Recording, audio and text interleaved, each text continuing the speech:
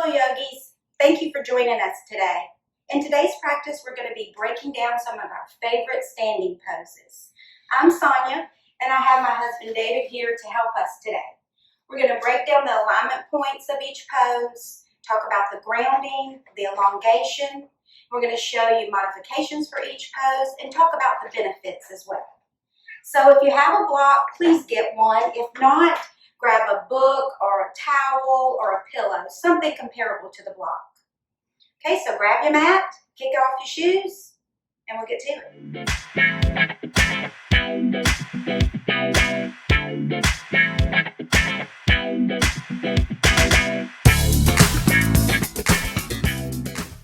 We're going to start in mountain pose. As you can see, David has his feet about 3 inches apart. He's going to pick his toes up, spread them, and then splay them all on the mat. He's going to feel all 4 corners of his feet. He's going to give a little bend to his knees, and then he's going to pull his legs up from that bend, feeling the groundness of his heels. He's going to feel his hips over his front of his heels. His chest is over his hips. His arms, you can see, are plugged in, and his fingers are pointing down. Has a little lift to his chest. He's got a nice soft neck, and his head is balanced over his chest, his hips, and his heels. He's grounding from the bottom of his feet, elongating through the crown of his head, his crown chakra. Mountain pose, Tadasana. Perfect pose, equal standing. Now, if you feel like you might hyperextend your knees, you can give your knees a little bend. We don't want to hyperextend our knees, and we want to make sure we feel the internal rotation of our thighs. Okay, mountain pose. Now we're going to do triangle pose. So David's going to bring his feet about 4 feet apart. His feet are going to be underneath his hands. Okay, so he wants to look down and he wants to say, okay, my heels are in line. My feet are under my hands. My feet are grounded. I have mountain pose torso, mountain pose head. And he's going to turn his right foot out 90 degrees. And on this first triangle, we're going to show you a modification. Okay, so he's going to put his left hand on his hip. Both legs are straight. He's going to feel the grounding of this outer heel. And from that, he's going to begin to shift his right hip out and drop his left side of his body, the right side of his body down.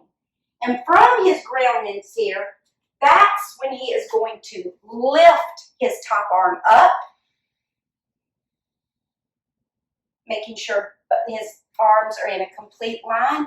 Then he's going to gaze gently at the top of his fingers. Triangle pose. Okay, bend your knee and pull yourself out of that. Bring both feet. Perfect. Okay, now open back up because we want to do triangle to the other side. Making sure your heels have not wandered off. And they haven't. So he's not going to really use a modification on this side, so he's going to keep both hands up. He's not going to put them on his hip. Okay, and from his groundness, he's going to shift his hip out, bringing his body down, letting the whole left side of his body come down. He's got his hips stacked over his legs.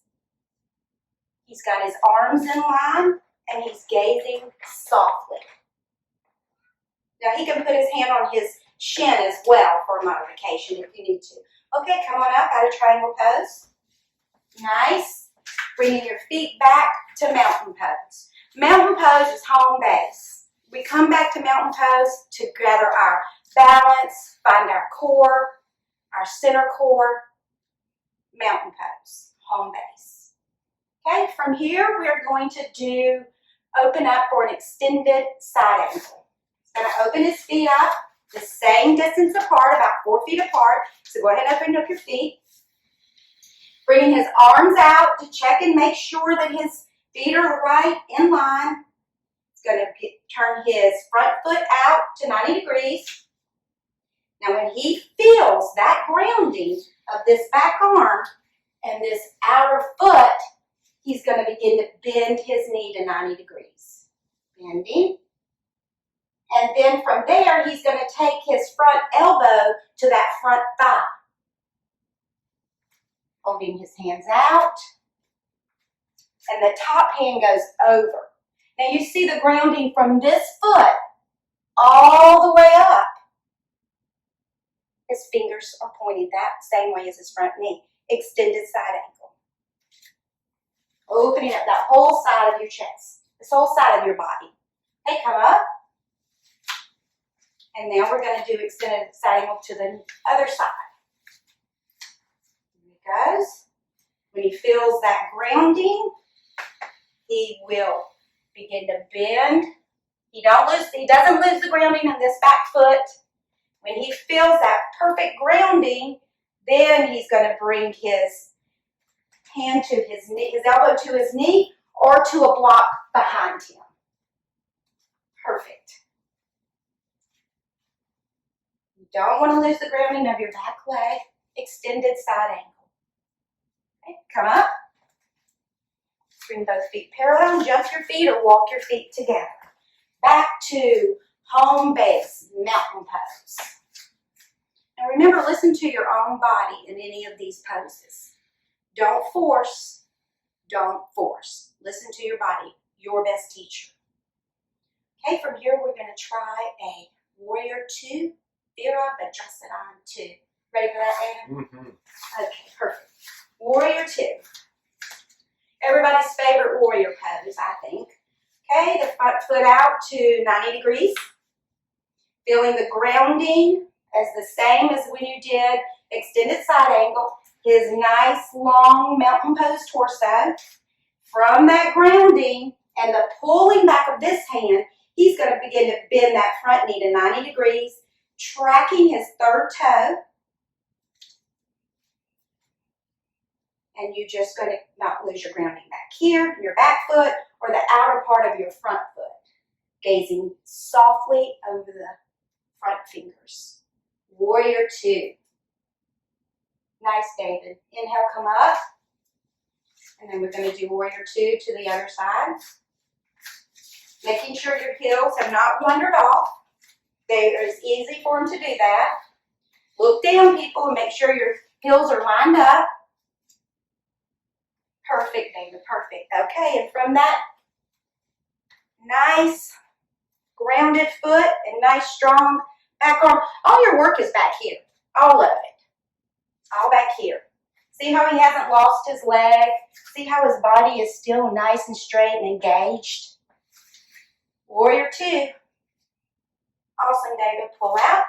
Coming back into mountain pose. Okay, from here I'm going to show you a forward fold. How to do a correct forward fold. We're going to use a block. Okay, so he is in mountain pose with his nice strong legs, his nice torso. And where he's going to fold forward from is his hips. So as he begins to fold forward, he's exhaling as he goes down. Then he's going to bring his hands to that block. And he's going to let his head go into a nice forward fold. See, his long legs are feeding into his hips, which allows him to fold forward. Use a block. Bend your knees a little. Slowly but surely, you'll get into a full forward bend. Bend your knees so not to hurt your lower back. Okay, David, inhaling, coming up. Back into a nice mountain pose. Okay, let's work on Warrior 1, Virabhadrasana 1. Ready? You're going to open your feet up to about 3.5, 4 feet apart, not as wide as the other poses. So let's turn our front foot out to 90 degrees. Now I want you to bring this back foot into more of like a 50 degree because you're really grounding this and you don't want to torque your hips. Okay, now raise your arms up, straight up. Perfect. Now from that grounding here, the outer foot all the way up to his arms, that's when he's going to begin to bend his front knee. See, he's not losing this back leg at all. And if he can, he's going to go into full expression. He's going to bring his hand back and he's going to hold his hands into prayer. Virabhadrasana 1. Inhale, come up. And now, let's do it to the other side. Nice, checking our heels, making sure that didn't wander off. David's did not. He's got his nice grounded foot.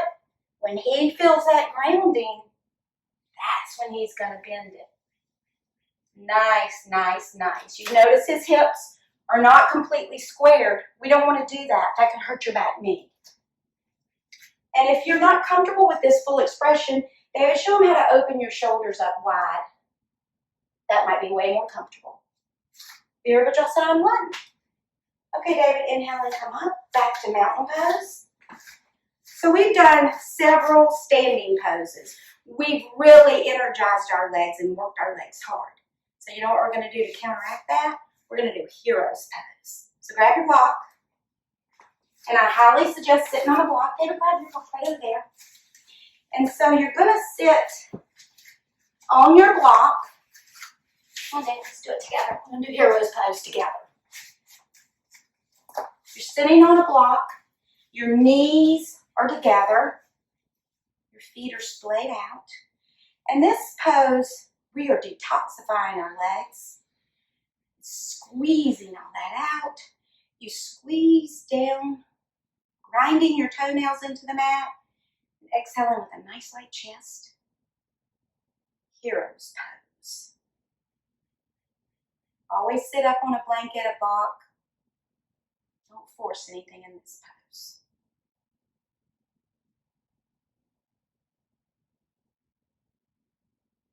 Okay. Now, of course, we're going to end our practice in a Savasana, and so I want to show you exactly how to do Savasana. So he's going to sit in a staff pose to begin with. Sit in a staff pose to begin with. Nice long legs, and his feet will be flexed.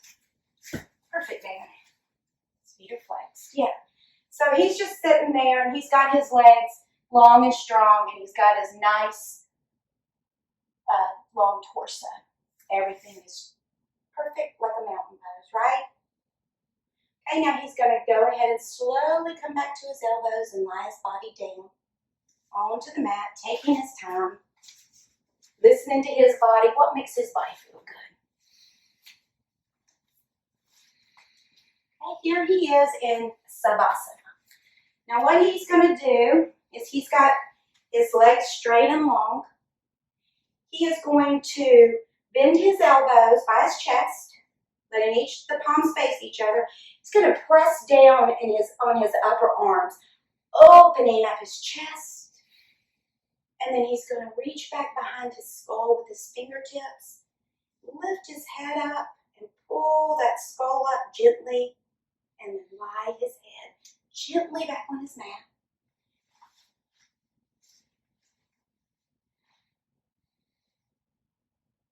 And then he's going to lie his hands down beside his hips, with the back of his hands on the mat. He's going to let his feet drop open. And he's going to look and make sure he doesn't have his chin lifted up. Because if you have your chin up, you're not getting the full relaxation. If that's the case, please put a little pillow, a little flat blanket, underneath your head. This is working on your posture as well. So he's going to begin to relax, letting his entire body relax. Breathing in, breathing out, just relaxing. Savasana is a very important part of yoga, maybe even the most important part. It's the time that we just let our body relax. We don't take enough time to relax this way. We relax, we breathe, we notice, we check in. It's a wonderful thing. Don't skip Savasana. Sometimes all I want to do is Savasana. Okay, slowly David's going to come up. And he's going to sit in whatever comfortable position is comfortable for him.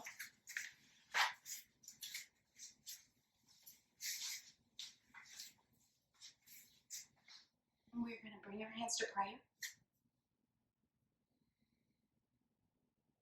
Thank you so much for practicing this with us today. Namaste. Namaste.